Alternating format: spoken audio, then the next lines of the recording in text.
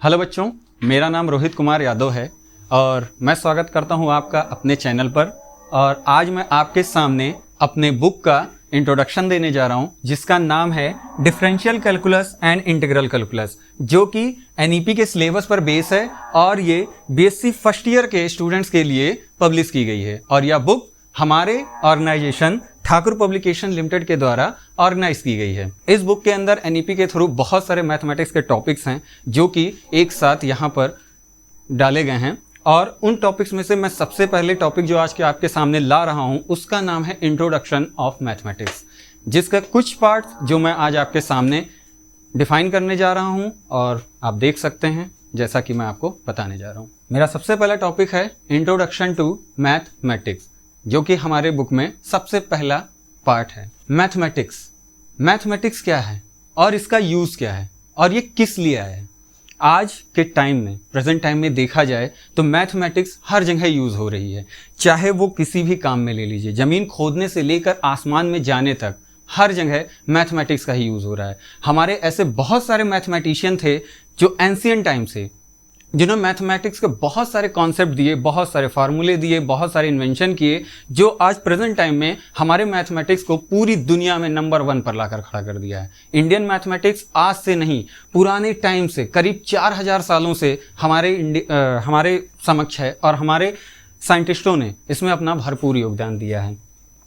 हमारे सामने अगर देखा जाए तो आज हमारे दैनिक जीवन में मैथमेटिक्स का हर एक फील्ड, हर एक क्षेत्र में बहुत ही यूज़ है। इसमें कोई संदेह नहीं है कि सैकड़ों सालों से हमारे भारतीय गणितज्ञों ने एक बहुत ही उत्कृष्ट योगदान हमारे मैथमेटिक्स में दिया हुआ है। इन्हीं में से आके देखते हैं कि हमारा भारतीय प्राचीन गणित कैसा रहा है। नंबर्स की बात करें तो भारतीय प्राचीन में एक नंबर आता है, हमारे मैथमेटिक्स में एक नंबर आता है जीरो। जीरो का इन्वेंशन ही हमारे इंडिया में हुआ है और हमारे बहुत पुराने वैदिक साहित्य में हुई थी। बहुत सारे ऐसे मैथमेटिशियन हुए हैं जिन्होंने अपनी अवधारणाओं की खोज से, जैसे कि त्रिकोणमिति, बीजगणित, कलन विधि, वर्गमूल, घनमूल जैसी बहुत सारे कॉन्सेप्ट हैं जो हमारे मैथमेटिक्स में दिए हैं। इसके अलावा दशमलव का भी आविष्कार हमारे ही इंडिया में हुआ, जो हमारे वर्तमान मैथमेटिक्स को बहुत ही इम्पोर्टेंट बनाते हैं। हमारी भारतीय इतिहास का जो सबसे पुराना बुक है उसका नाम है सुलभा सूत्र। सुलभा सूत्र का मतलब होता है जैसे कोई डोरी, नापने वाली डोरी। इसमें बहुत सारे ज्यामितीय व्याख्या किए गए हैं, बहुत सारे फार्मूले हैं। ये एक बुक पूरी की पूरी संस्कृत भाषा में दी हुई है और इसी पर बहुत सारे इन्वेंशन करके आज के प्रेजेंट टाइम में बहुत सारे मैथमेटिक्स टूल्स को इन्वेंट किया गया है। हमारे एंशिएंट मैथमेटिक्स का यूज़ बहुत सारे खगोल विज्ञान में भी किया गया है। इसके अलावा 3री शताब्दी में भी हमारे बहुत सारे ऐसे टूल्स थे जो मैथमेटिक्स में इन्वेंट किए गए। अब आगे आके देखते हैं तो हमने देखा कि दुनिया में करीब 3000 सालों से इंडियन मैथमेटिक्स का अपना बोलबाला रहा है। हर फील्ड में इंडियन मैथमेटिक्स ने अपना परचम लहराया है। अगर जो हम उसके आगे बढ़ के देखते हैं तो हमारा सबसे पहला एक ट्रेडिशन आता है वैदिक ट्रेडिशन। वैदिक ट्रेडिशन जो है हमारे इंडियन मैथमेटिक्स का बहुत ही पुराना ट्रेडिशन है। इसमें हमारे मैथमेटिशियन के बहुत सारे कॉन्सेप्ट जो हमारे वेद ग्रंथ और पुराणों से निकाले गए, हमारे वेद ग्रंथ पुराण जो आज पूरे टोटल संस्कृत भाषा से लिखे हुए हैं, लेकिन उसके अंदर बहुत सारे ऐसे मैथमेटिशियन के कॉन्सेप्ट थे जो हमारे सामने रखे गए। हमारे साइंटिस्टों ने, हमारे मैथमेटिशियन ने उन कॉन्सेप्ट को निकाला और निकाल कर हमारे सामने रखा। आज ऐसे बहुत सारे फील्ड हैं जहां पर हमारे इन टूल्स को यूज़ करके मैथमेटिक्स के बहुत सारे प्रॉब्लम्स को सॉल्व किया जा रहा है। वो फिर चाहे खगोल शास्त्र से हो या स्पेस से रिलेटेड हो या रॉकेट से रिलेटेड हो या किसी भी फील्ड में हो, इंडियन मैथमेटिक्स हमेशा से ही आगे रहा है। जब हमारा वैदिक मैथमेटिक्स चल रहा था उस समय नंबरों का इतना बोध नहीं था। हम जो भी नंबर्स लिखते थे हम उन नंबर्स को 10 की पावर में लिखते थे। देन उसके बाद जब हमारे पास दशमलव का इन्वेंशन हुआ, देन उसके बाद हम नंबरों को सटीक रूप में लिखने सीख गए। देन उसके बाद आगे आके देखते हैं हमारी ये सारी संरचना थी, उस पर जो सबसे पुरानी बुक थी बौधायन सुलभा सूत्र, जो लगभग 800 ईसा पूर्व पुरानी है। इसके बेस पर यूनानियों ने अपनी एक ज्यामितीय बुक का इन्वेंशन किया जिसका नाम था यूक्लिडियन ज्यामिति, जो कि हमारी ही संस्कृति से ली गई बुक बोधायन सुविला सूत्र से ही लिया गया है। इसके अलावा पाइथागोरस सूत्र का भी लगभग इन्वेंशन हमारे इंडिया में लगभग 200 साल पहले ही किया जा चुका है और उसमें भी हमारे इंडियन मैथमेटिक्स का ही सबसे अच्छा रोल रहा है। उसके आगे बढ़ते हैं जैन परंपरा। जैन परंपरा यानी जैन ट्रेडिशन के हिसाब से देखें अगर तो हमारे मैथमेटिक्स का इनके साथ भी एक बहुत अच्छा महत्वपूर्ण योगदान रहा है। फिलहाल तो जैन परंपरा के हिसाब से देखा जाए तो जैन परंपरा की मैथमेटिक्स जो थी वो टोटल ब्रह्मांड पर डिपेंड थी।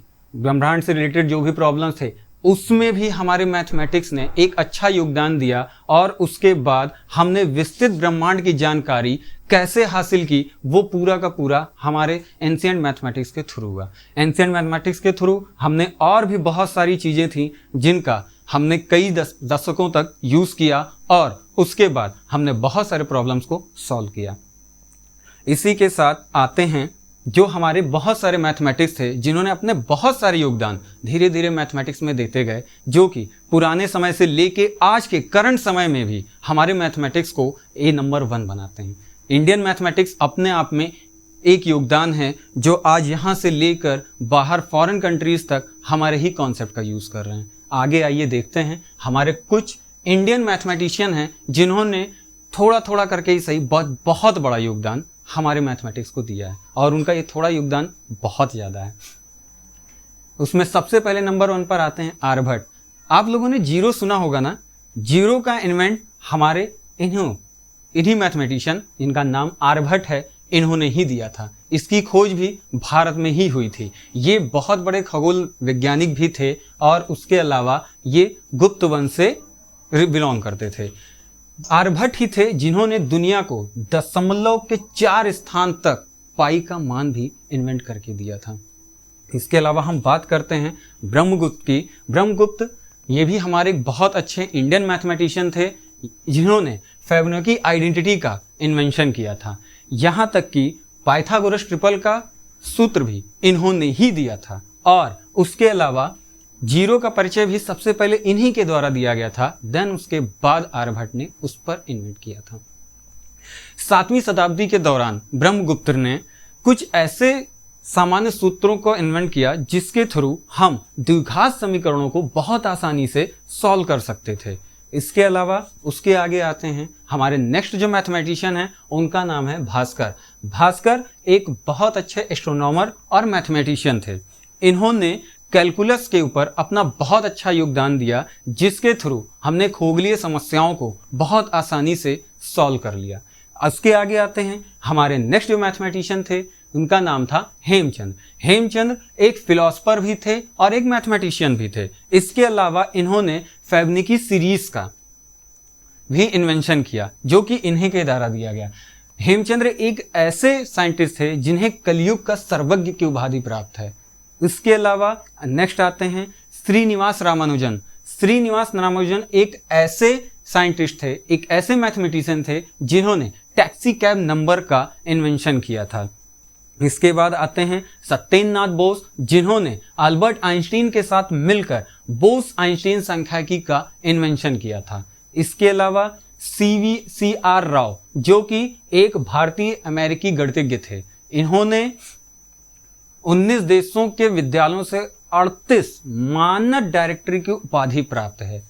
इसके अलावा हमारे PC महलानोबिस और उसके बाद आते हैं हमारी लास्ट शकुंतला देवी। शकुंतला देवी के बारे में आपको शायद पता नहीं होगा लेकिन ये एक ऐसी लेडी थी जिन्हें मानव कंप्यूटर कहा जाता था। इनका दिमाग कंप्यूटर से भी तेज चलता था। ये कोई भी कैलकुलेशन कंप्यूटर से पहले मतलब कि चुटकियों में ही सॉल्व कर देती थी। जैसे कि एक बार डलास में एक कंपटीशन हुआ था जिसमें इन्होंने इस नंबर का कैलकुलेशन, इट मीन्स आप कह सकते हैं घनमूल को बहुत ही आसानी से चुटकियों में सॉल्व कर दिया था। उसके अलावा 201 संख्या का 23वें वर्गमूल को ज्ञात करने के लिए उन्होंने यूनिवैक कंप्यूटर से भी तेज कैलकुलेशन करके इसका सॉल्यूशन निकाल दिया था। इनका नाम वर्ल्ड ऑफ गिनीज बुक में भी रिकॉर्ड है 6 साल की उम्र में इन्होंने अपना पहला कैलकुलेशन, जो कि कंप्यूटर से भी तेज था, करके सभी लोगों को अचंभित कर दिया था। तो ये हमारे ऐसे मैथमेटिशियंस हैं जिन्होंने हमारे इंडियन मैथमेटिक्स को आज दुनिया के हर कोने में फैलाया है, दिखाया है कि हमारा इंडियन मैथमेटिक्स है क्या। और इन्हीं की बदौलत आज हमारा प्राचीन मैथमेटिक्स आज हमारे वर्तमान में हर तरफ छाया हुआ है। इन्हीं के दिए हुए कॉन्सेप्ट पर आज मैथमेटिक्स हर दुनिया के हर कोने में अपना परचम लहरा रहा है। तो मैं रोहित कुमार यादव आज आपको यहीं पर रोकता हूं। इसके बाद हमारा आगे जो टॉपिक होगा मैथ में, वो नेक्स्ट वीडियो में मैं आपको बताऊंगा। तब तक के लिए धन्यवाद। तो आइए अब हम अपने अगले टॉपिक की तरफ बढ़ते हैं, जिसका नाम है सीक्वेंसेस। सीक्वेंसेस क्या है और कैसे है, आइए इसके बारे में बताते हैं। सीक्वेंसेस का मतलब होता है the analysis of real number. Real number, इसे रियल क्यों कहा जाता है? क्योंकि हम इसमें जो भी नंबर, जो भी एनालिसिस करते हैं वो रियल नंबर्स का करते हैं। आइए देखते हैं सीक्वेंस की डिफिनीशन क्या होती है। सीक्वेंस वैसा होता क्या है? सीक्वेंस कुछ नहीं, बस एक फलन होता है, एक फंक्शन, ऐसा फंक्शन जिसके अंदर प्राकृतिक संख्याओं का डोमेन और वास्तविक संख्याओं का रेंज मिलाकर जो फलन बनता है उसे हम सीक्वेंस कहते हैं। या आप जैसे देख सकते हैं कि हमारे बुक में किस तरीके से सीक्वेंस को दर्शाया गया है। यहां पर S डिनोट करता है sequence, N is a number and R is a range. वह ऐसा फंक्शन जिसके अंदर कोई ऐसी प्राकृतिक संख्याएं जिनका समुच्चय, डोमेन और परास को मिलाकर बनता है, हम उसे सीक्वेंस कहते हैं। सीक्वेंस को हमेशा नंबर्स के रूप में डिनोट किया जाता है। वैसे नंबर जो रियल नंबर हों। रियल नंबर कैसे? कॉम्प्लेक्स नंबर को छोड़कर जो भी नंबर होंगे वो सारे रियल नंबर होते हैं। वो कोई भी नंबर हो, 1 2 3 माइनस या फिर फ्रैक्शन में हो, वो सारे के सारे रियल नंबर होते हैं। आइए हम आपको दिखाते हैं कोई सीक्वेंस कैसे डिनोट किया जाता है। आइए हम आपको एग्जाम्पल के थ्रू दिखाते हैं कि सीक्वेंस को कैसे डिनोट करते हैं। लेकिन उससे पहले आपको सीक्वेंस से पहले सेट थ्योरी का पता होना बहुत जरूरी है, क्योंकि इसमें हमारा आधा कॉन्सेप्ट सेट थ्योरी का ही चलता है। अब सीक्वेंस को हम इस तरीके से डिनोट करते हैं, जैसे आप देख सकते हैं किसी ब्रैकेट के अंदर Sn, n कोई नंबर है प्राकृतिक संख्याओं का, और S जो कि सीक्वेंस को डिनोट करता है। अगर जो हम सिर्फ इस तरीके से Sn को लिखेंगे तो वो टर्म होता है, ना कि सीक्वेंस। और जैसे कि हम आपको दिखाते हैं, कोई सीक्वेंस ले लिया हमने 1 2 3 एंड सो ऑन, और इसका कोई हमें रियल नंबर मिलता है, आउटपुट ऐसा कह सकते हैं। मान लिया 1 का A1, A2, इसका A3 एंड सो ऑन। ये सारे क्या हैं? रियल नंबर है। और जो हमें आउटपुट में नेचुरल नंबर है, सॉरी, और जो हमें आउटपुट में मिल रहा है वो सारा का सारा रियल नंबर है। यहां पर A1, A2, A3 जो भी चीज यहां पर आपको दिखाई पड़ रही है, ये सारे के सारे रियल नंबर हैं, सीक्वेंस के रियल नंबर। यहां पर जो भी नंबर होता है, जो भी नेचुरल नंबर हम लेते हैं, इसे हम रेंज बोलते हैं। और वो नंबर जो हमें रियल एनालिसिस के बाद मिल रहा है, इसे हम डोमेन कहते हैं। और इसी से मिलकर हमारी डिफिनीशन बनती है सीक्वेंस का। सीक्वेंस एक ये पूरा का पूरा, इसको हम फलन कह सकते हैं, कि वह फलन जिसमें रेंज और डोमेन दोनों का समुच्चय एक साथ आता है, ऐसे फलन को हम सीक्वेंस मतलब अनुक्रम कहते हैं। और आइए हम आपको एक एग्जांपल लेके बताते हैं। जैसे कि हमने कोई फंक्शन लिया 1 अपान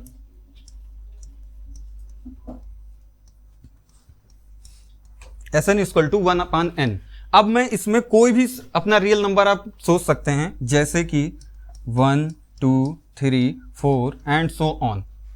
अब मैंने इसमें एक एक करके सारे नंबरों को रखना शुरू किया। जैसे कि अगर जो हम यहाँ पर 1 रखेंगे तो इसकी वैल्यू क्या आएगी? 1। अगर जो हम यहाँ पर 2 रखेंगे तो इसकी वैल्यू आएगी 1/2। अगर जो मैं 3 रखूंगा तो इसकी वैल्यू आएगी 1/3। ये सारे के सारे अनुक्रम हैं। ये हमें जो यहाँ पर अवयव मिलते जा रहे हैं, ये सारे के सारे क्या हैं? रियल नंबर हैं। 1, 1/2, 1/3, चाहे फ्रैक्शन में हो, माइनस में हो या किसी में भी हो, हमारे सारे नंबर ये रियल नंबर होते हैं। सारे के सारे प्राकृतिक नंबर होते हैं। इसी को हम कहते हैं सीक्वेंस। इसके बाद हम आपको बताते हैं what is the type of sequence. अनुक्रम के प्रकार कितने होते हैं, ये कितने प्रकार के हो सकते हैं। हमारे पास मोस्टली 4 प्रकार के अनुक्रम होते हैं। एक finite sequence, infinite sequence, constant and periodic. 4 तरह के सीक्वेंस होते हैं।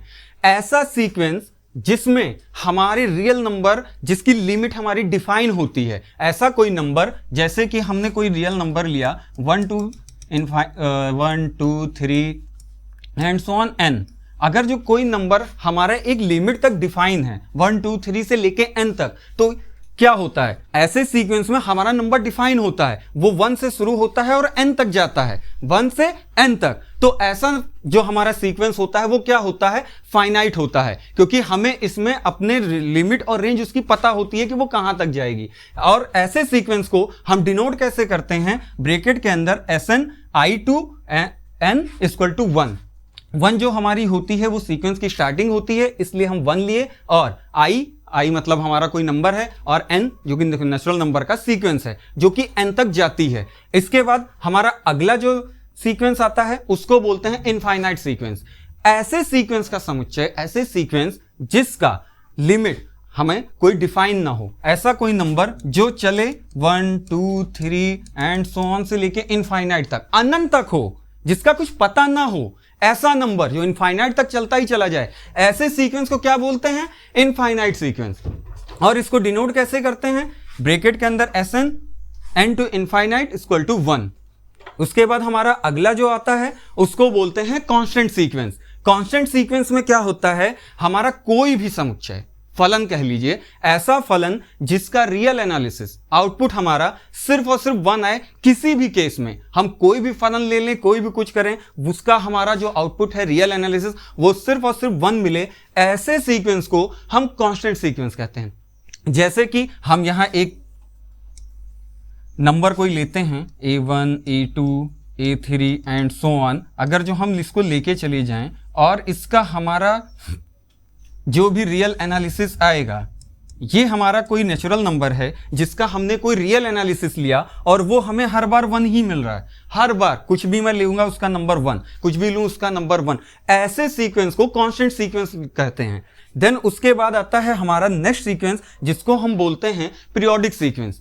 कोई ऐसा सीक्वेंस जो, इसको पीरियोडिक के साथ साथ ऑसिलेटरी सीक्वेंस भी बोलते हैं, ऐसे सीक्वेंस जो अपने नंबर को बार बार रिपीट करे, एक ही नंबर के बाद दूसरा और फिर दूसरे के बाद वही नंबर फिर से रिपीट हो, तो हम ऐसे सीक्वेंस को कांस्टेंट सीक्वेंस पीरियोडिक सीक्वेंस कहते हैं। आइए एक एग्जांपल के थ्रू समझाते हैं। जैसे हमने कोई फलन लिया, फंक्शन लिया Sn इक्वल टू -1 की पावर n। अब इसमें क्या होगा, हम अगर जो कोई भी अपना रियल नंबर रखेंगे, जैसे हमने मान लिया कि हमने n बराबर 1 रखा, अब जैसे ही मैं यहां पर 1 रखूंगा, -1 की पावर n, -1 की पावर n, और जब कोई भी पावर में ऑड नंबर होता है तो माइनस एज इट इज उसके साथ चला आता है। जैसे कि अगर जो हम यहां 1 रखेंगे, 1 किस में आता है, ऑड में आता है, तो अगर जो हम 1 रखेंगे तो -1 की वैल्यू -1। अगर जो मैं यहां पर 2 रखूंगा, 2 क्या है, इवन नंबर है, अगर जो मैं यहां पर इवन नंबर पुट करूंगा तो कोई भी इवन नंबर का स्क्वायर या फिर उसकी घात हमेशा पॉजिटिव होती है। तो इस तरीके से ये 1। अब मैं फिर से 3 रखूंगा तो वो फिर से क्या है, ऑड नंबर है, तो ऑड नंबर क्या होगा, -1। 4 रखूंगा 1। अब आप देख रहे हैं कि हर दूसरी बार में ये नंबर अपने आप को रिपीट कर रहा है, हर ऑड पे माइनस, इवन पे प्लस, एक के बाद एक, एक के बाद एक रिपीटिशन हो रहा है। इसी को हम बोलते हैं पीरियोडिक सीक्वेंस, या आप कह सकते हैं ऑस्किलेटरी सीक्वेंस। आइए हम इसी के साथ अपने आगे और टॉपिक पर बढ़ते हैं। हमारा अगला टॉपिक आता है बॉन्डेड सीक्वेंस। बॉन्डेड सीक्वेंस आप जैसा सोच देख ही रहे हैं, इसको हम बोलते हैं परिबद्ध अनुक्रम। ऐसा अनुक्रम, ऐसा सीक्वेंस जो एक लिमिट कह सकते हैं या एक नंबर जिसमें वो परिबद्ध हो, अपने लिमिट में परिबद्ध हो। इस बॉन्डेड सीक्वेंस 2 प्रकार के होते हैं, बॉन्डेड अबव, बॉन्डेड बिलो। पहले हम आपको बताते हैं कि बॉन्डेड अबव क्या होता है। ऐसा सीक्वेंस, आपने सीक्वेंस तो अभी मैंने बता ही दिया है, हर सीक्वेंस का अपना एक स्टार्टिंग नंबर होता है। तो एक सीक्वेंस का जब भी हम उसका रियल एनालिसिस करते हैं, रियल एनालिसिस के बाद हर सीक्वेंस का एक ऐसा नंबर होता है जो उस पूरे दिए हुए नंबर से एक नंबर हमेशा बड़ा ही मिलेगा, उसके बाद का सारा नंबर छोटा ही होगा। कोई भी हमें रियल एनालिसिस मिले उसके बाद का नंबर छोटा ही होगा, तो उसको हम बोलते हैं बॉन्डेड एबव, और इसको हम डिनोट करते हैं Sn less than equal to m।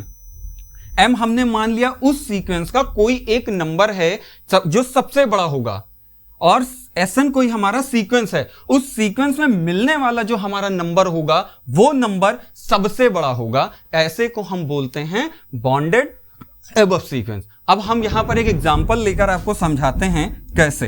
हाँ, तो मैंने ये एग्जांपल लिया और अब मैं इसके आगे आपको बताता हूं। जैसे कि हमने लिया n equal to 1 2 3 and so on. अब मैं जैसे जैसे नंबर रखता जाऊंगा आप देखते जाएंगे, जब मैं इस पर 1 रखा तो यहां पर इसकी वैल्यू क्या मिलेगी 2।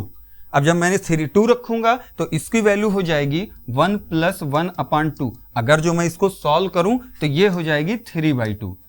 अगर जो मैं 3 पुट करूंगा तो ये आ जाएगी वैल्यू 4/2। अब आप देख रहे हैं कि इस सीक्वेंस से मिलने वाला नंबर, ये जो नंबर है ये नंबर ये सबसे बड़ा है, लेकिन उसके बाद के सारे नंबर देखिए घटते हुए चले जा रहे हैं। सारे नंबर, जब मैंने 1 रखा तो 1 + 1 2 आया, देन उसके बाद जब मैंने 2 रखा तो 1 + 1/2 = 3, एंड जब मैंने 3 रखा तो 4। हर नंबर एक के बाद एक छोटी होती चली जा रही है। आप देख रहे हैं कि इस सीक्वेंस का जो नंबर है 2, उसके बाद मिलने वाला जो भी हमारा सीक्वेंस है, अगर जो हम सीक्वेंस देखें इसका तो हमारा 2 3/2 4/2 एंड सो ऑन, ये ऐसे ही चलता चला जाएगा, और इस सीक्वेंस का जो सबसे बड़ा नंबर होगा 2। इसीलिए इसको हम लिख भी सकते हैं Sn less than equal to 2। ऐसा क्यों? क्योंकि Sn जो हमारी सीरीज, जो हमारा सीक्वेंस था, सीक्वेंस क्या है हमारा, आप देख सकते हैं उस सीक्वेंस के जितने भी नंबर हैं वो 2 से छोटे होते जा रहे हैं। इसीलिए ये हमारा जो सीक्वेंस होता है ये बॉन्डेड सीक्वेंस होता है। हमारा अगला टॉपिक है बॉन्डेड बिलो। बॉन्डेड बिलो क्या होता है? ऐसा सीक्वेंस जिसके अंदर की अपनी एक वैल्यू, कोई एक वैल्यू ऐसी होगी जो सबसे छोटी होगी और उसके बाद की सारी वैल्यू अपने आप बड़ी होती चली जाएंगी। बड़ी होती चली जाएंगी इन द सेंस कि मतलब कोई भी ऐसा फंक्शन जिसका हमारा रियल एनालिसिस एक के बाद एक फिर बड़ा होता चला जाएगा, बट एक वैल्यू ऐसी होगी जो उस पूरे सीक्वेंस, उस पूरे समुच्चय में छोटा होगा। आइए हम इसको डिनोट कैसे करते हैं? Sn greater equal to m।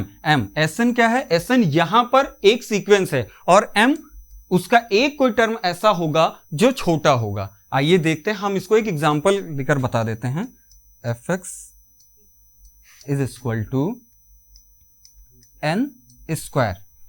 जैसे आपने देखा हमने एग्जांपल लिया है Sn equal to n square. अब मैं यहां पर वैल्यू पुट करूंगा n equal to 1 2 3 and so on. अब मैं यहां पर जैसे मान लिए 1 रखूंगा, जब मैं 1 रखूंगा तो इस सीक्वेंस का रियल एनालिसिस, इट मींस कि हमारी वैल्यू आउटपुट क्या मिलेगी 1। फिर हम इस पर अगर 2 रखेंगे तो इसकी जो रियल एनालिसिस है वो क्या मिलेगी 4। 3 पर क्या मिलेगी 9। आप देख रहे हैं कि इस सीक्वेंस का जो पहला टर्म है, पहला टर्म 1 आता है, देन उसके बाद 4, देन उसके बाद 9। आप देख रहे हैं इस सीक्वेंस के बाद लगातार इसकी वैल्यू बढ़ती ही चली जा रही है। 1 1 के बाद 4 4 के बाद 9। तो हम क्या कह सकते हैं, इस सीक्वेंस की जो सबसे छोटी वैल्यू है, सबसे छोटी वैल्यू ये 1, ये इसका बॉन्डेड बिलो है, बॉन्डेड बिलो वैल्यू। इसीलिए हम इसको आप चाहें तो ऐसे भी लिख सकते हैं Sn greater equal to 1। Sn क्या है? ये Sn हमारी कोई सीक्वेंस दी हुई थी, और ये क्या है? वो बॉन्डेड बिलो वैल्यू है जो हमें एनालिसिस के बाद मिली है। यही होता है हमारा बॉन्डेड सीक्वेंस, एक जगह बॉन्डेड और बिलो एंड बॉन्डेड एबव। अब चाहें तो हमें बॉन्डेड एबव और बॉन्डेड बिलो दोनों एक ही सीक्वेंस में मिल सकता है। वो आइए हम बताते हैं आपको कैसे। माना कोई फंक्शन ले लेते हैं, कोई फंक्शन ऐसा होता है जिसमें हमें बोथ मतलब दोनों, bonded above and bonded below दोनों एक साथ मिलेंगे, दोनों के दोनों एक साथ मिलेंगे। जैसे हम कोई एक फंक्शन ले लेते हैं, मैंने कोई एक फंक्शन लिया 1 ± 1 का n की पावर n। अब हम क्या करते हैं, यहां पर n is equal to n is equal to 1 2 3, हम ये नंबर लेते हैं, ये हमारे रियल नंबर हैं। इन नंबरों को मैं इसमें एक एक करके पुट करता जाऊंगा और देखूंगा कि मुझे क्या आउटपुट मिलता है। अगर जो मैं 1 रखूंगा तो 1 प्लस -1 की पावर n, मैंने अभी जैसे बताया किसी -1 की पावर में अगर जो ऑड नंबर होगा तो वो माइनस के साथ एज इट इज आ जाएगा। जैसा कि यहाँ आप देख रहे हैं, अगर जो मैं इसको करूंगा तो 1 -1 की पावर 1, तो -1 इज इक्वल टू कितना आएगा 0। अब हम 2 रखेंगे तो क्या हो जाएगा 1 प्लस -1 की पावर 2। जब हमारी पावर में कोई घात सम होती है तो वो निगेटिव नंबर पॉजिटिव हो जाता है। जैसा आप देख सकते हैं 1 प्लस -1, तो ये भी हमारा 1 हो जाएगा, तो ये कितना आ जाएगा 2। अब हम अगर जो 3 रखेंगे तो इसकी वैल्यू फिर से 0, 1 2 3 4 रखेंगे तो ये वैल्यू फिर से 2। तो आप देख क्या रहे हैं कि हमारे इस सीक्वेंस में जो हमारी वैल्यू है 0 2 0 2 0 2, एक के बाद एक नंबर आता जा रहा है। अब आप देख सकते हैं कि इस सीक्वेंस की जो सबसे छोटी वैल्यू है, सबसे छोटी वैल्यू 0, और जो सबसे बड़ी वैल्यू है वो है 2।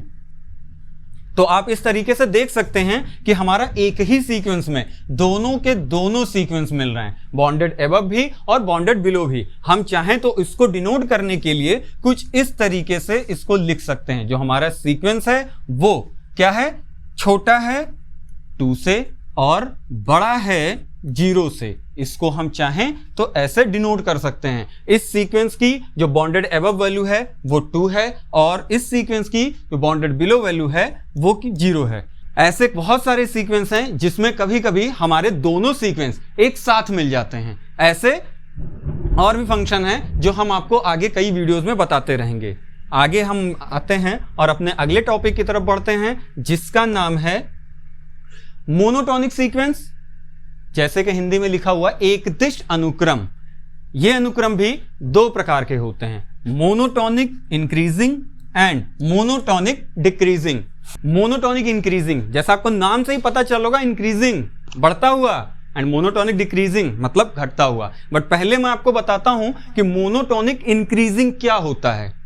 मोनोटॉनिक इंक्रीजिंग क्या होता है, ऐसे फलन, ऐसे सीक्वेंस, ऐसे अनुक्रम, मान लिया मैंने कोई सीक्वेंस लिया है SN, ठीक है, एक ऐसा सीक्वेंस जिसको हम रियल एनालिसिस करने के बाद कोई नंबर जो हमें प्राप्त होता है वो उससे छोटा ही होता चला जाता है। मतलब आप ऐसा कह सकते हैं कि हमने कोई सीक्वेंस लिया और जब हम उसका रियल एनालिसिस करते जाते हैं तो हमें लगातार वैल्यू बढ़ती ही मिलती चली जाती है। एक के बाद एक हमारी वैल्यू बढ़ती ही रहेगी। जैसा कि आप और हम यहां पर क्या है, इसको डिनोट करने के लिए आप देख सकते हैं SN less then greater equal S plus 1।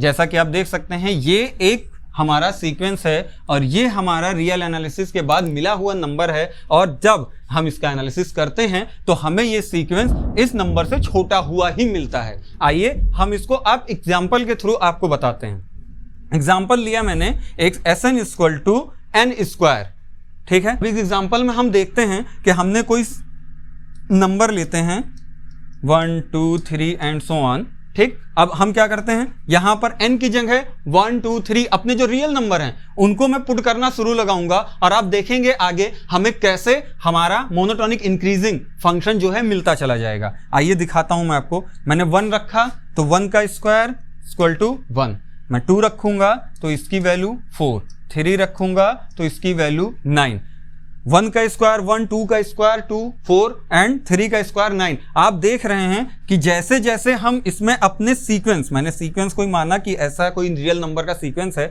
और उसको हम जब लगातार अपने दिए हुए फंक्शन में पुट करते हुए जाते हैं तो लगातार हमारी वैल्यू एक के बाद एक कैसे बढ़ती हुई चली जाती है। पहले 1, 1 से 4, 4 से 9, एक के बाद एक नंबर, फिर उसके बाद नंबर, फिर उसके बाद नंबर। अब आप देख सकते हैं कि ये जो हमारा फंक्शन था SN और ये जो हमारा नेक्स्ट हमारा जो मिलना रियल एनालिसिस के बाद मिला हुआ जो फलन है SN प्लस 1, ये वो SN प्लस 1 है जिससे आप देख सकते हैं ये हमारा फलन छोटा है। अब आप देख सकते होंगे कि हमने जो अभी यहाँ पर आपको मोनोटॉनिक इंक्रीजिंग की कंडीशन लिखी थी वो यहाँ पूरी फॉलो हो रही है। अब हम आते हैं मोनोटोनिक डिक्रीजिंग।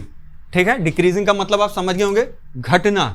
हमारा कोई ऐसा फलन, ऐसे फलन का समुच्चय जो कि जब हम कोई ऐसे फलन जिसका हम फलन नहीं सीक्वेंस, जब हम उसका कोई रियल एनालिसिस करते हैं तब उसके मिलने वाला जो भी सीक्वेंस होगा, उससे मिलने वाला जो भी सीक्वेंस होगा वो उससे छोटा ही होता चला जाएगा। जैसा कि आप देख सकते हैं, मैंने मोनोटोनिक डिक्रीजिंग को डिफाइन करने के लिए यहां पर एसएन क्या है, हमारा एक अनुक्रम है, और ये हमारा अनुक्रम जो उससे रियल एनालिसिस करने के बाद मिलती है। ठीक है, अब हम आपको इसको एक एग्जांपल के थ्रू प्रूफ करके दिखाते हैं। जैसे हमने एग्जांपल लिया Sn is equal to 1/n। अब हम अपने कुछ रियल एनालिसिस लेते हैं, जैसे कि कुछ सीक्वेंस लेते हैं, नंबर अपने 1 2 3 एंड सो ऑन। ठीक है, अब इसमें क्या देखते हैं हम, n बराबर 1, n बराबर 2, n बराबर 3। हम जैसे जैसे आप पुट करते जाएंगे, आप देखिए हमारा सीक्वेंस कैसे मिलता जा रहा है। Sn इक्वल टू, जब मैं सीक्वेंस रखूंगा 1 की वैल्यू क्या होगी, यहाँ पर 1 की वैल्यू 1। अगर जो हम 2 रखते हैं तो 1/2, अगर जो हम 3 रखते हैं तो 1/3। अब आप देख रहे हैं कि हमारा जो सीक्वेंस है 1 जो कि बड़ा है, उसके बाद से छोटा छोटा छोटा और छोटा, ये लगातार छोटा ही होता चला जाएगा। आप देखेंगे ये कैसे कैसे अपने आप छोटा होता चला जाएगा। तो आप देख रहे हैं कि कैसे हमने एक सीक्वेंस लिया और उसका रियल एनालिसिस करने के बाद जो हमारा एक सीक्वेंस मिलता है वो कैसे एक के बाद एक कंटिन्यूअसली एक नंबर के बाद छोटा होता चला जाता है। तो अब हम देखें, अगर जो इसको हम लिखें अपना सीक्वेंस Sn और हमारा मिलने वाला जो सीक्वेंस है Sn+1, आप देख सकते हैं कि हमारे मिलने वाले सीक्वेंस से ये सीक्वेंस छोटा होता चला जा रहा है। इसी को कहते हैं एकदिश अनुक्रम। ऐसे अनुक्रम जिसमें घटते और बढ़ते हुए सीक्वेंस हमें मिलते हैं, ऐसे सीक्वेंस को हम बोलते हैं एकदिश सीक्वेंस। आइए हमारे नेक्स्ट टॉपिक की तरफ बढ़ते हैं और वो टॉपिक का नाम है limit of sequence. Limit of sequence, हाँ एक चीज मैं आपको बताना भूल गया। आपने देखा होगा कि सीक्वेंस में यहां पर लेस देन इक्वल टू लगा हुआ है और यहां पर ग्रेटर देन इक्वल टू लगा हुआ है। हम चाहें ना तो यहां से जरूरी नहीं है कि ऐसा हो, हम Sn less than equal to Sn है, अगर जो हम चाहें तो इसको Sn लेस देन Sn+1। कोई जरूरी नहीं है कि हमारी वैल्यू एक के बाद एक घटती हुई। कभी कभी ऐसा भी हो जाता है कि एक ही नंबर बार बार रिपीट भी हो जाते हैं, कभी 1 के बाद 1, 2 के बाद 2 भी आ जाता है। तो हम उस कंडीशन में क्या करते हैं, Sn less then greater than equal. But अगर जो ये ऐसा है, इस कंडीशन में लिखा हुआ है, तो हम इसको स्ट्रिक्टली इंक्रीजिंग बोलते हैं। क्या बोलते हैं, स्ट्रिक्टली इंक्रीजिंग। सेम चीज हमारे इस कंडीशन के साथ होती है जब हम Sn ग्रेटर देन Sn+1 हो जाता है। आप देख सकते हैं ये कंडीशन ग्रेटर इक्वल हो सकता है कि हमें कोई नंबर यहां पर भी एक के बाद एक मिल जाए, लेकिन अगर जो कोई नंबर जैसे अभी आपने देखा 1, 1/2, 1/3, हो सकता था 1 2 बार मिल जाए, हमें नहीं मिला ना। लेकिन अगर जो हो सकता है कि मिल जाता तो ये कंडीशन लगता, बट अगर नहीं मिलता है तो हम उसको इस प्रकार से डिनोट करते हैं और इसको हम बोलते हैं स्ट्रिक्टली डिक्रीजिंग मोनोटोनिक सीक्वेंस। ठीक है, आगे आते हैं हम अपने नेक्स्ट और लास्ट टॉपिक की तरफ बढ़ते हैं, limit of sequence. Limit of sequence मतलब अनुक्रम की सीमा। अनुक्रम की सीमा क्या होती है? अरे यार, हम सीक्वेंस पढ़ रहे हैं ना, तो सीक्वेंस में क्या होता है, कोई ना कोई उसकी लिमिट होगी ना, उस लिमिट तक ही तो वो जाएगा। ऐसा तो नहीं लिमिट से बाहर भाग जाएगा, वो एक लिमिट तक रहना उसको जरूरी है। ठीक है, तो उसी को कहते हैं अनुक्रम की सीमा। क्या होती है, इसको बोल सकते हैं अनुक्रम की सीमा। अनुक्रम की सीमा क्या होती है? अनुक्रम की सीमा उसी के दिए हुए अवयव के अंदर ही होती है। कोई हमें सीक्वेंस दिया हुआ है, वो किसी लिमिट तक जाएगा। जैसे कोई Sn लिया हमने, कोई लिमिट ली 1 2 3 and so on n। n कोई नंबर होगा जिसको हम L से लिख लेते हैं, ये कोई अवयव होगा जिसको हम क्या बोल देते हैं, उसकी सीमा बोल देते हैं। जैसे कि हम आइए एक डिफिनीशन आपको बताते हैं कि माना कोई एक Sn है, कोई एक Sn मतलब हमारा सीक्वेंस, कोई एक सीक्वेंस है जो कि इनफाइनाइट 1 से लेके इनफाइनाइट तक जाता है। ठीक है, तो उन सीक्वेंस का एक रियल नंबर माना L, कोई उन सीक्वेंस का कोई एक रियल नंबर है, उस सीक्वेंस को हम उसका अनुक्रम की सीमा कहते हैं। यदि कोई एप्सिलॉन जो कि 0 के लिए एक धनात्मक पूर्णांक मतलब पॉजिटिव इंटीजर m का अस्तित्व इस प्रकार हो कि Sn minus L greater than equal to epsilon. ये हमारे लिमिट होती है और ये इतना छोटा होता है जो कि जीरो के एकदम पास में होता है। एप्सिलॉन को हम आर्बिट्री वैल्यू ही कहते हैं, जिसकी वैल्यू अप्रॉक्स जीरो के बराबर होती है, जिसको हम इसका डिफरेंस अगर जो हम अपने सीक्वेंस से लेते हैं तो बहुत ही माइनर सा उसमें डिफरेंस आता है। अगर जो हम देखें हमारा कोई सीक्वेंस है Sn जो यहां पर है और ये कोई L है, तो ये उसकी लिमिट होगी। ये उस सीक्वेंस का एक धनात्मक पूर्णांक पॉजिटिव इंटीजर है जो कि उस सीक्वेंस का लिमिट कहलाता है। यही होता है हमारा लिमिट ऑफ सीक्वेंस, जो उस सीक्वेंस को एक पॉइंट तक, एक नंबर तक हमारे उसको लिमिट रखता है। तो आज का वीडियो यहीं समाप्त करता हूं बच्चों। आशा है आपको हमारी वीडियो और हमारा पढ़ाया हुआ लेक्चर काफी पसंद आएगा और मैं आशा करता हूं कि जो भी इस वीडियो को देख रहे हैं उसको लाइक और सब्सक्राइब जरूर करें और कमेंट में बताएं हमारे वीडियो में कुछ कमी हो तो आप उसको जरूर बताएं। धन्यवाद।